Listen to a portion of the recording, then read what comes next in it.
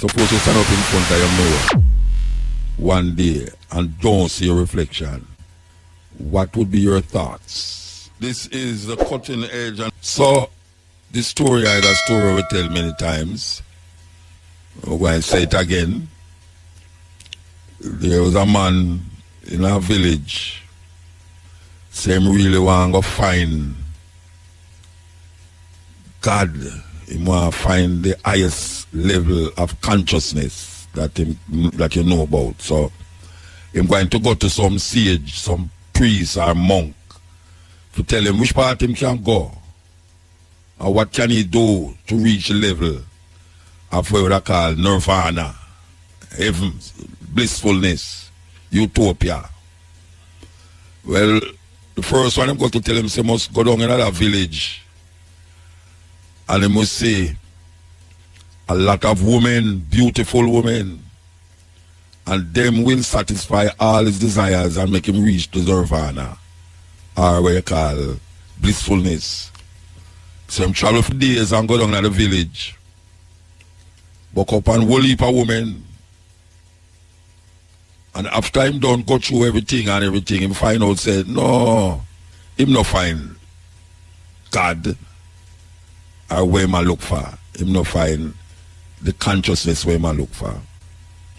Him still have to find out now which part this consciousness there, which part this heights of levels, this what them call God, the Buddha, which part him there.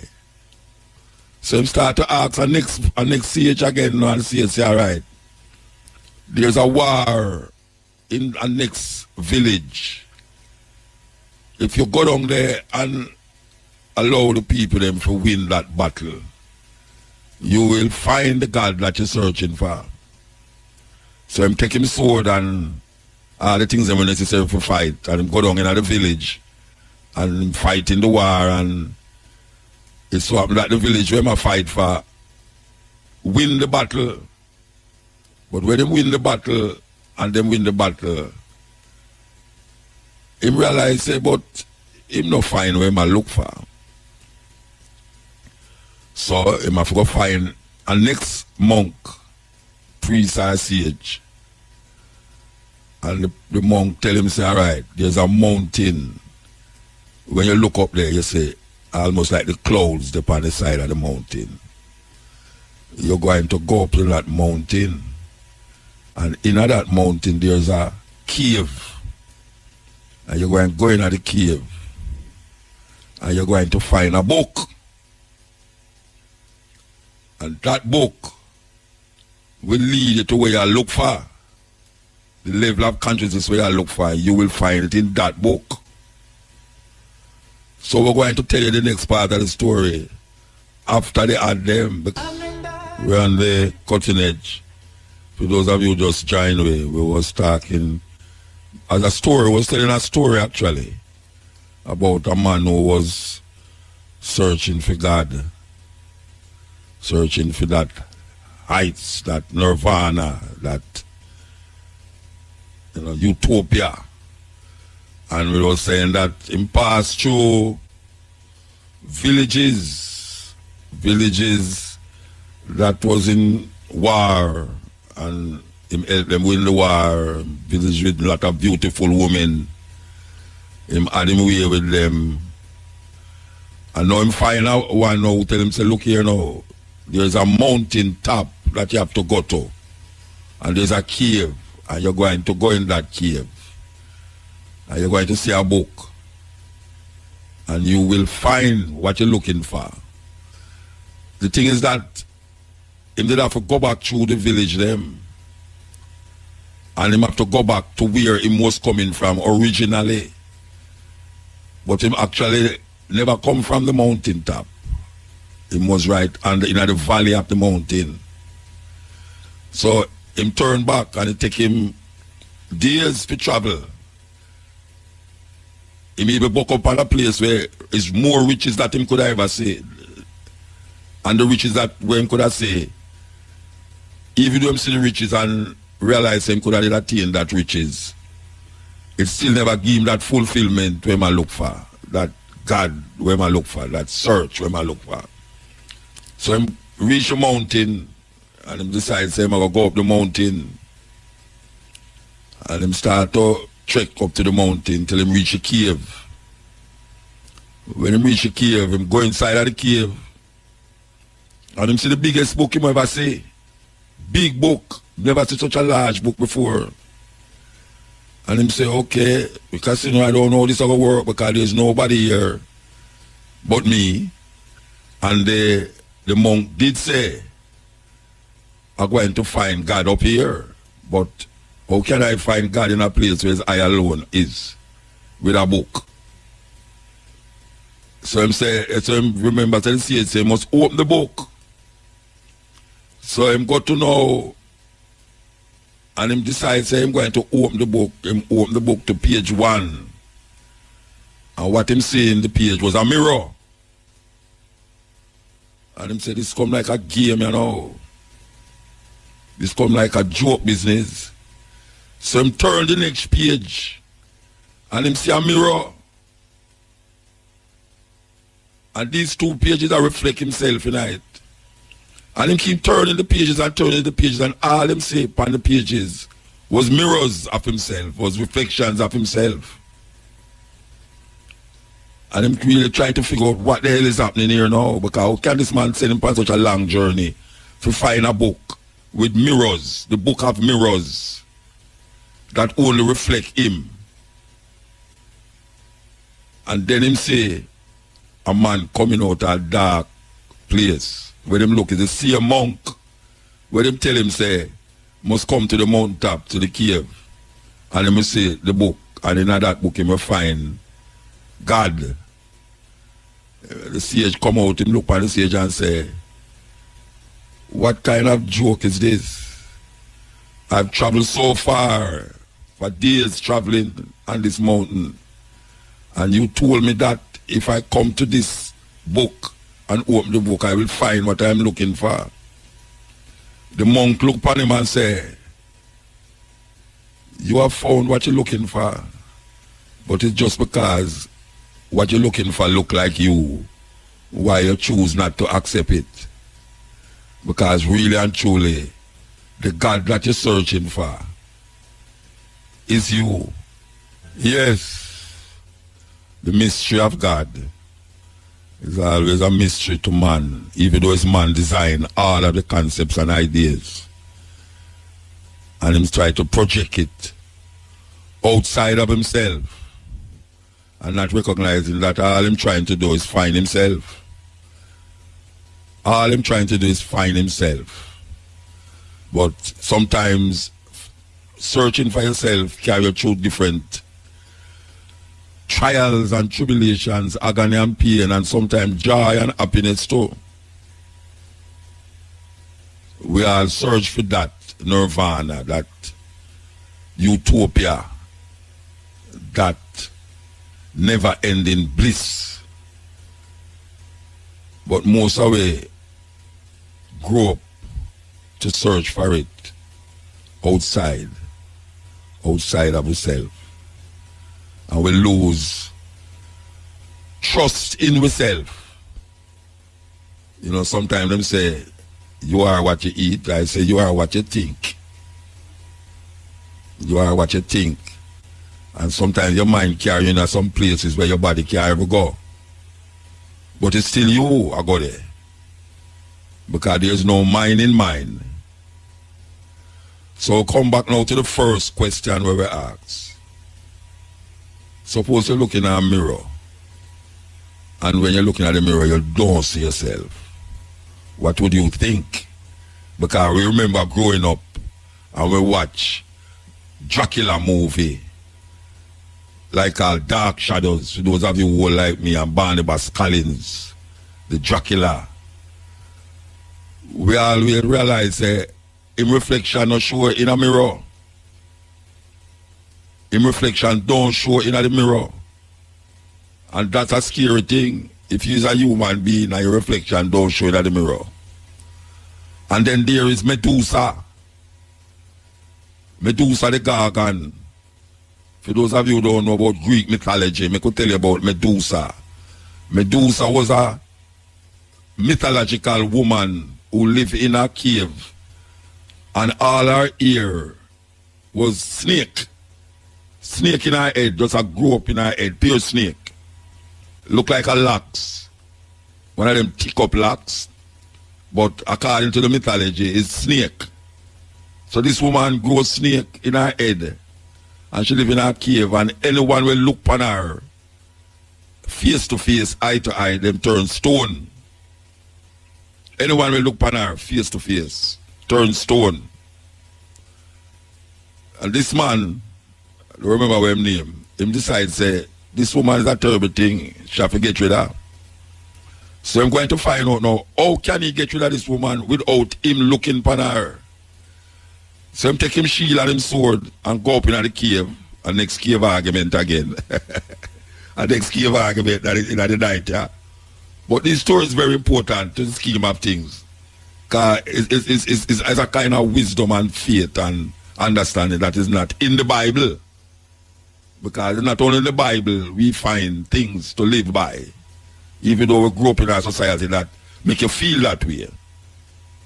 So, this man take him sword and him shield, and him decides him to kill Medusa, because she is the reason of many men dying, trying to look at her and turn to stone.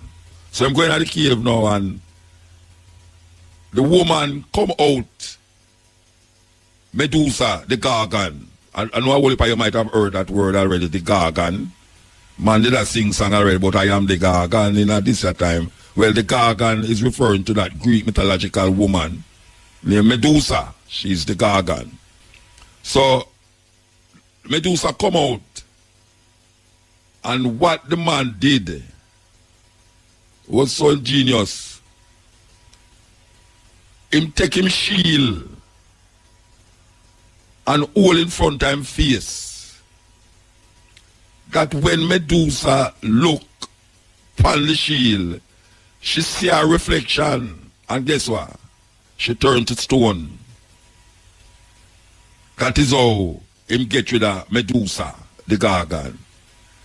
Him just hold up the shield in front of him face, and Medusa look upon the shield and see her own reflection and turn to stone. No blood shed. She just turned to stone. Now, the argument is, I wonder if a person who don't see themselves in the mirror is really stone in them heart. Because no one looks in a mirror and don't see them reflection.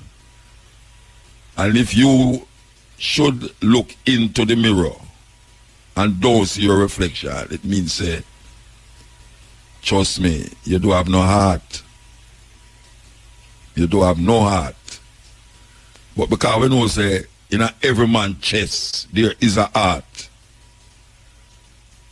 We have to figure out now, why is it that we're behaving like we stone? Why is it that we're behaving like the mirror that we're looking at take away with spirit? Because some people actually believe that too. That's why them don't keep mirror in them house. Because them feel that the spirit of the human being exists in the mirror. Them don't want the mirror take away them spirit. In some places, amongst Aboriginal people, indigenous people, them don't like you take them picture. Because them feel say, when you take them picture, you take part of them. And them soul is very important to them. So, maybe, if you're looking at your mirror more often, maybe something with that joke you for say, but me no stone, me is human, flesh and blood, and me have a heart. And sometimes, when we behave harshly with people, and all these youth will run up and down over the place, them need to look in the mirror. So a man sing a song, Michael Jackson to be precise, say, take a look at the man in the mirror. Woe unto those who look in the mirror and don't see themselves. Because then you know, say, you are dead. Or you're on the cusp of dying. Becoming like a stone that do have no heart. And a whole heap of we walk around the place now. Like we do have no heart. Because all of we have a heart. All of we have a feeling. All of we think. No matter how cruel and wicked the thought is, but we think. And we recognize and understand that if a man look in the mirror and see himself reflected, him should take a stock, because that reflection is God. Because if we go back to the old Bible, and the Bible said, God make man in his own image. An image is a physical manifestation of something that is tangible or touchable. An image is not something mysterious. An image, if a man make an image of something, it look like it's something that he make. Therefore, it's a manifestation of something else. But it replicate the something that him look on and make the image. So when it say God make man in his own image, it really I say man of God, because the same way how I look is the same way how God look, and vice versa. And likewise it's true. If a woman looking at the mirror and see herself, she have to come to the conclusion and say, I am God. But only people want to accept that, because them love to talk about God outside of themselves. That is really what them a try do. Them a try to talk about God outside of themselves. And the only God that exists is the one that is you. And all the arguments surrounding that is created by man. All the arguments surrounding about who, what, where, when, why, how God is supposed to be what, is created by man. Even the understanding that when you're looking at the mirror is an image of God you look upon. Even that was created by man. So we have to recognize the purpose, or our purpose, when we look in the mirror. The man in the mirror, and to an extent the woman in the mirror, is the only manifestation of what we're searching for inside ourselves and in others. The man say, how can you say you love God in which you cannot see, yet still you cannot love who you can see? First, we are say that.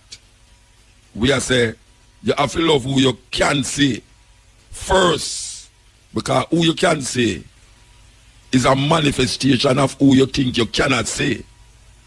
That is really what it is all about. Who you can see is a manifestation of who you think you cannot see. So we have to draw up a belt and a buckle and forget about all of the whole heap of this and the whole heap of that and the frills and the chills that put around it. You know, here some people try to give them deity all the accolades and the this and the that, when you cannot make it greater or lesser than what it is. What it is what it is. It's just simple that what it is what it is. So when we look, according to the Egyptian book of the dead, or them call it the coming forth by day, to see the goodness in things, you have to see yourself in that thing. So make repeat that. To see the goodness in things, you have to see yourself in the thing. Because that is the only way you can recognize the I and I concept. There is no me and you, or them and us. It's I and I, reflection of self. If you want to make a change, take a look in the mirror and start with yourself. That is really what it's happening to, and we are sending a messenger straight out to the youth them out there who take the opportunity to listen to them hours a night, yeah. Even though the rain a fall too. You understand? I mean, no say you gone in your yard still because yeah. Say, you know, when the police come go and angry, you know, we say they're in your yard and turn on your radar and you say, Muta, come on, you know, I have to listen to him. You understand? So we just tell you, say, listen to what we are talking about because it might sound complicated, but it's a reality and it's a truth. And most of the times when we are quote the Bible, we are sure you say there's other things and other books where have certain mythologies and certain reasoning and consciousness that we can really grasp tonight because the majority of people them outside of the Western world. Yeah, the majority of people don't live in the West, the Western world. Because India and China have so much people there. You understand? And them people that don't use the book where we use to really come to the fullest understanding of self. So, we just say that as a by the way thing. But we know so we shall be released. We have to be released from a whole heap of things. Whole heap of things we have to get released from. We're there with you. Going through the places. We are trying to bring to your attention certain levels. You understand? Because it's not every day we get to do it, and not every day you get to hear something outside of where you're really used to. Because we have to define ourselves in this time, especially as African people.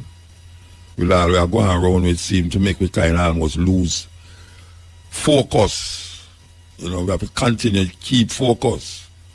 A whole lot of distraction around you, where you make you feel like that more important. Make you lose focus. So we have to say, we don't want you to lose focus. Because if you lose focus, you're going to take your eye off of the prize. And we're talking about liberation and freedom. That is what we are talking about. That's all we are talking about, really. Liberation and freedom, we're not talking about nothing else. Because that is what we need. As African people, we need liberation and freedom. You know, and sometimes we make it look like we're free still. But I will probably don't know freedom because them put you in a cocoon make you feel like say we're free. And really and truly, some like a Mickey Mouse freedom according to a lucky do, but I say a Mickey Mouse freedom, you know, and we sup it up. Yeah, we sup it up. We sup it up in a way where it start to become our daily bread, our daily food. And we still find ourselves in the same position and situation. Truly free is much more than what we are experiencing now. Yeah, when you're free, it's much more than what you are experiencing. You know, people say, well, we're free. What you mean? You know, to say we're free. You know, so we have walk up and down and that. Yeah. That is where you think. That is where you think because you don't really know what is true freedom. How it is, how it feels to be liberated. Because that is how we get trapped. We get trapped in that argument of, yeah, you know, we can't go here, so and go there, so and go here, so. And that is where we take as freedom. But you cannot imagine if you come out of the cave, which is the next story about cave again. You know, the people in the cave, for them realities in the cave, you know. And them living in the cave and feel them free. Of course them free, but them free as it relates to inside of the cave. When one man come out of the cave and say, but wait, there's things outside of the cave that we never experienced yet. I wonder if we don't know them story there. That's some serious story them, you know. The man them in the cave. Everybody in the cave. And that is the reality. The reality is what is in the cave. And once somebody come out of the cave and go see different life and come back, come tell them. And it's one rotted. Because like they try to take away from them freedom now by telling them say something other than what them are experiencing at the cave exists outside of the cave. Much more than what them are experiencing at the cave is outside of the cave. And it become them enemy. Yes. him go experience something outside the cave and come back and tell them, and now him become them enemy. Who tell him to go tell them that? Because that is what our freedom look like. Our freedom is bound inside a cave. And you think that you're free. But the only reason why you think that you're free is because you don't know nothing outside of that confines, the confines of the cave. You don't know. You know, it's like a man in a prison and him get locked in him cell. And then him let out. If you go in at the yard, go do certain activities, play football or, you know, play doing what do. That to him is freedom. Him come out of the confines of the cave, the cell. Him come out of the confines of solitary. So to him now that is freedom, even though there's 4 walls that confine him to that space. And people outside of that space can tell him, so there's more to be experienced outside than there inside of that space. There's more to be experienced outside of the cave than inside of the cave. But as I say, people who sometimes talk that truth about what lies beyond the cave, tend to sometimes become the enemy. Yes, sometimes you become the enemy because you speak that truth, that there's more to be experienced outside of the cave. You know, it's like, wow. So we just pass that on to the people them in the night, yeah. You understand? We just say, experience teacheth wisdom. Experience not teach. Knowledge is one thing, you know, wisdom is the other. Experience is what you actually become a part of in the doing, in the realization of the thing that is happening. You become a part of it. That is experience. Knowledge is when you actually sit and get a perspective of certain things. You know, you don't have to experience knowledge. Knowledge comes through what we call now education. You get a certain education, you become knowledgeable. You know, it's like you're in a laboratory and you do a theory. Outside of the lab, you do theory. And the theory now, you have to go inside of the lab to make it get practical. Get the litmus paper them and test and do all sorts of tests to find what is practical, what can be done and what can be not, that you can't do. So people sometimes hold on theory continuously. They have a theoretical understanding of things and find themselves get clawed into it. Clawed into that. And don't realize that is just part of knowledge.